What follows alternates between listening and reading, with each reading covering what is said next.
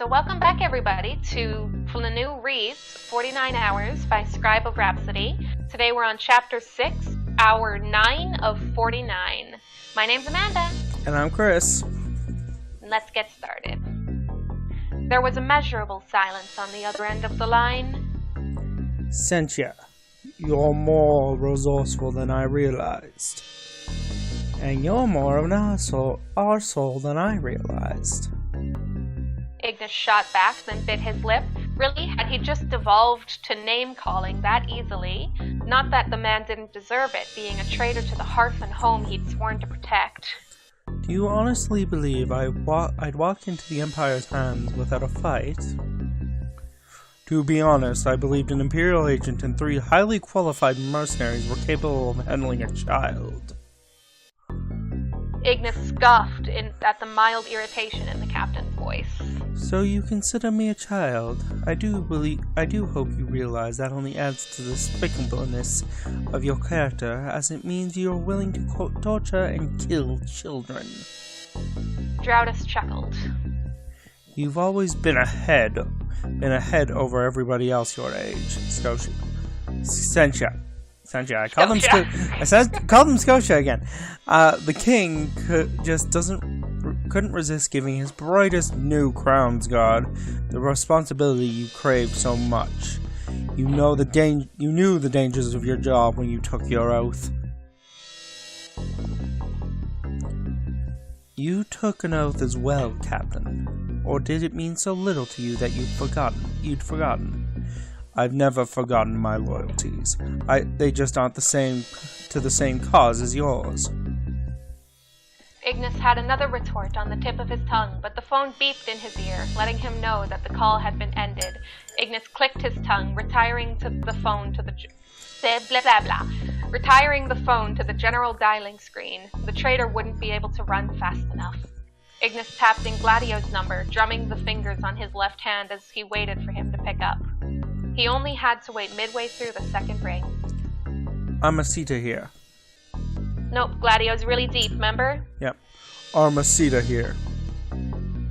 Well, that was awfully formal for Gladio. Then again, Ignis's kidnapping would have been put... sorry, there's something in my eye. Ow. Ignis's kidnapping would have put the Citadel on high alert, and Gladio probably had been taking and making calls all night. Still, even with the unnaturally formal tone, it was good to hear his friend's voice. It's me, Gladio. Ignis? By the 6th, where the hell are you? You recall the mall pronto and knocked frequent. Yeah?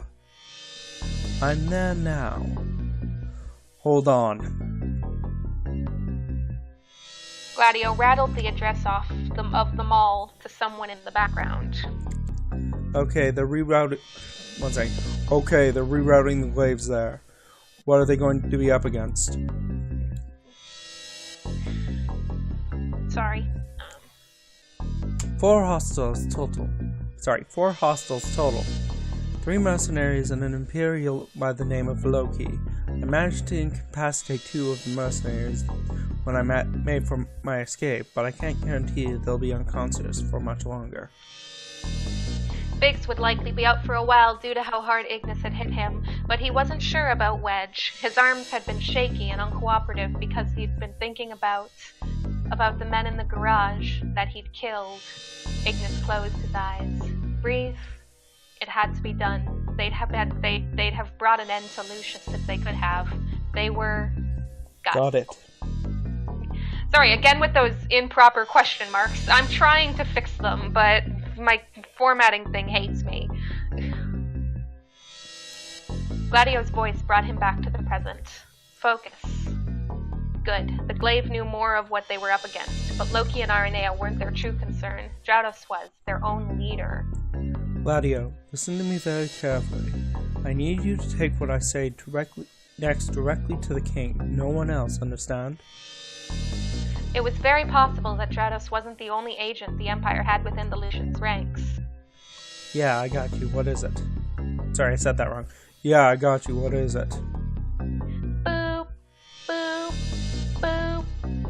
Ignis jerked the phone from his ear, swearing, of all the bloody times to have a dropped call. He redialed. It didn't even ring. The mobile service for this device has been temporarily discontinued. If you have missed the payment, please see your... Ignis swore again, louder. That was no dropped call. Draudas had someone shut off the phone's ability to make calls at all. He'd probably had that ready to go as a precaution before Loki had even gotten a hand on it. Ugh. That's a fun sentence. Yes. Ignis threw the phone in the sink, turning on the water. If it was no use to him, he couldn't chance Loki being able to reconnect it somehow. He had to get out of here. He couldn't wait for the glaive, not when he didn't know if Draudas had others working for him. He needed to get to the Citadel himself. Dismissing his lance from where it was still barring the way, Ignis shoved out of the restroom's door, making his way back to the exit of the mall. Loki and Highwind were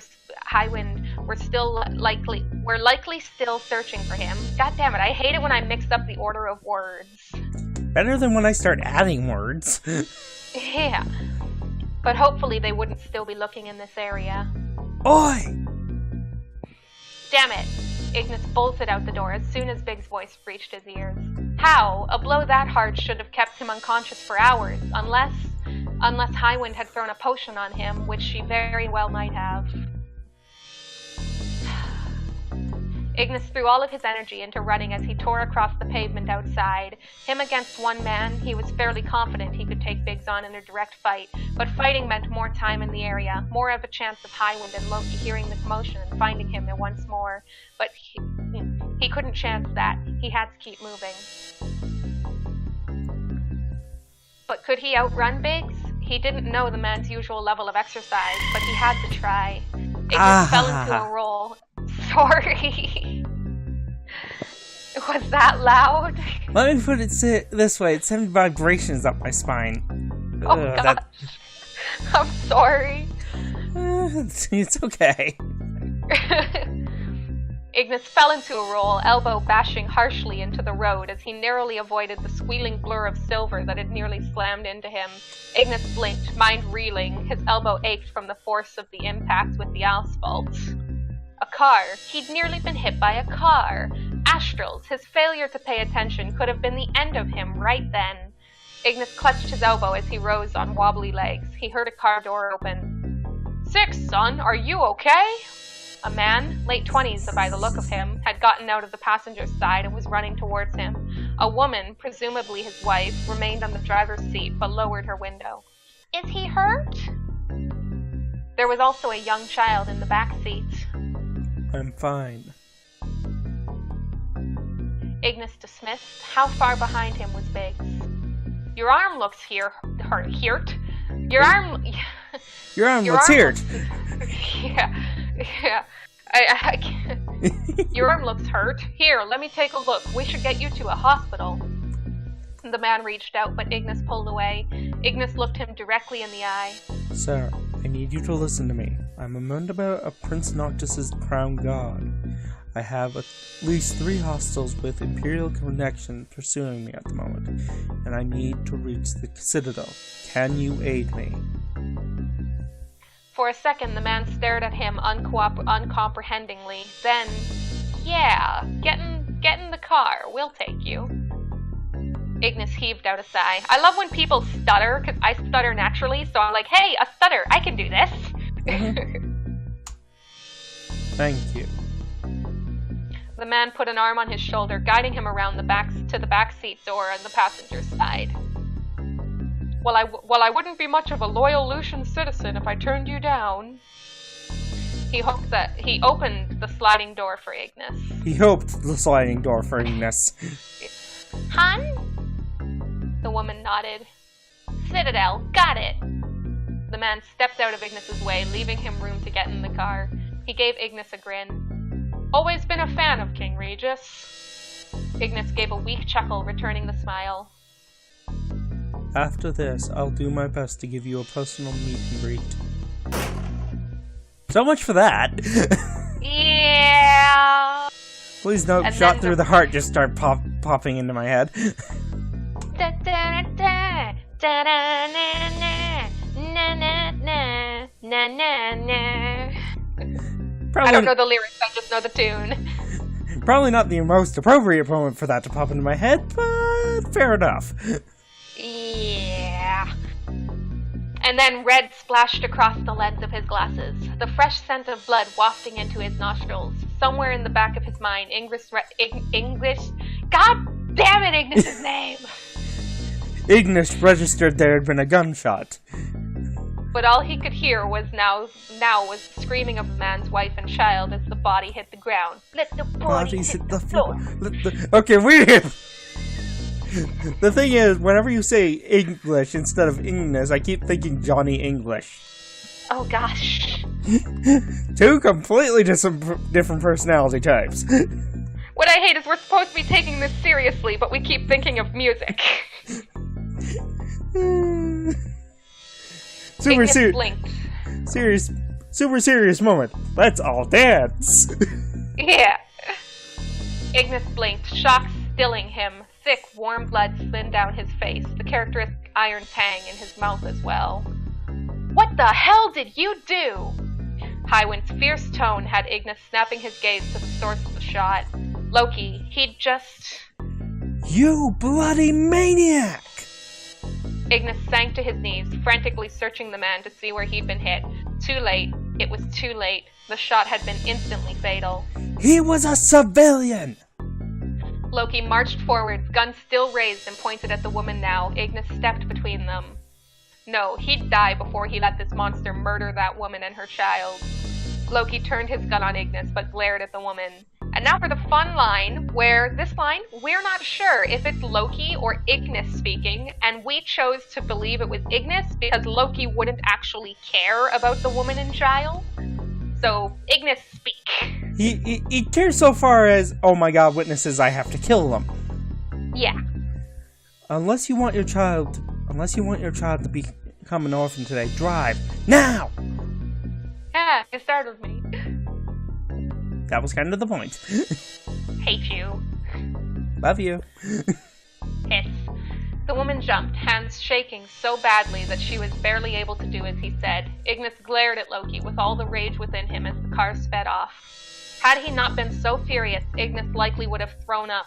2 minutes ago, that family had been living a normal day, and now the woman had just been forced to leave her husband and the father of her child behind before the body was even cold. With Loki's gun leveled at his head, there was nothing Ignis could do, but oh how he wanted to tear the man apart with his dagger, slice by slice at the moment. The red tint to his vision wasn't just due to the coloring of his glasses. One second. You're gonna pin this blame on... You wanna pin the blame on me for this? No, it'd be more like, you want to pin the blame on me for this? You sound like a chipmunk. I can't... One second. You wanna pin the blame on me for this? Loki stalked even closer, grabbing the back of Ignis's jacket's collar and yanking hard. He kicked the back of Ignis' leg for good measure, forcing him down to his knees. The hand on his collar forced him even further down, making him hover barely a couple inches above the man's body. Dennis, this is your doing, Cynthia. You involved him. Take care to remember that when you next feel the urge to escape, so that you can protect your dear Lucius. You caused this. Loki, that's enough. Highwind's tone was so harsh. Was so harsh. That you're rubbing off on me, your Loki voice. Highwind's tone was so harsh that Ignis felt Loki actually flinch. You don't get to blame him just so you can justify the war crime you just committed.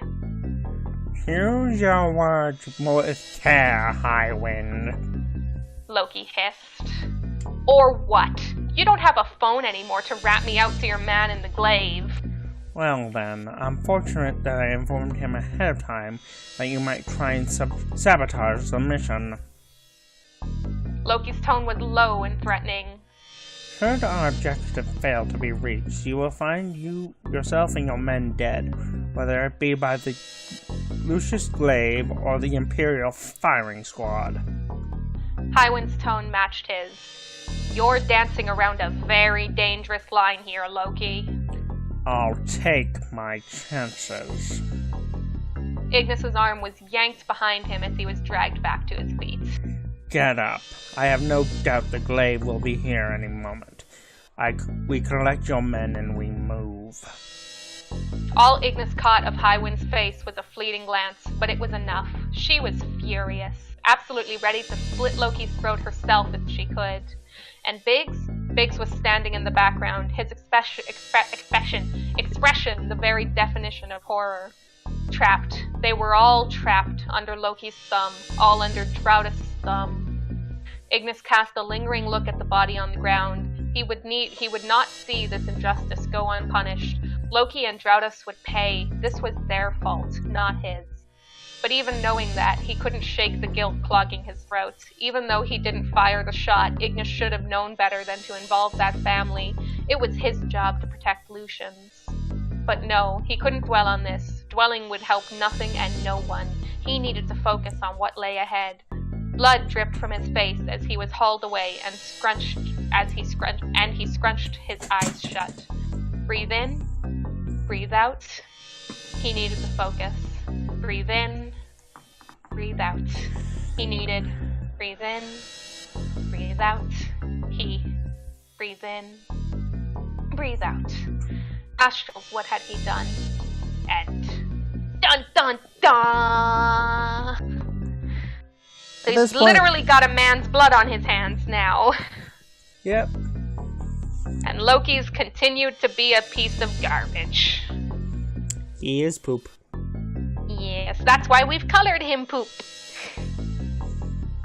He's not poop, he's diarrhea.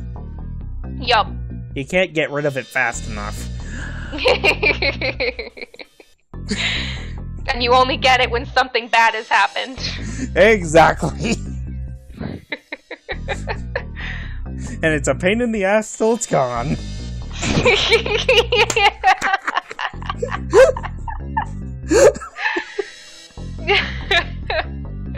We're bad. We're very bad. So that was chapter 6, of 49 Hours by ScribeOfRhapsody. We thank you very much for watching, and we'll see you all in the next chapter. Hope you enjoyed. Goodbye.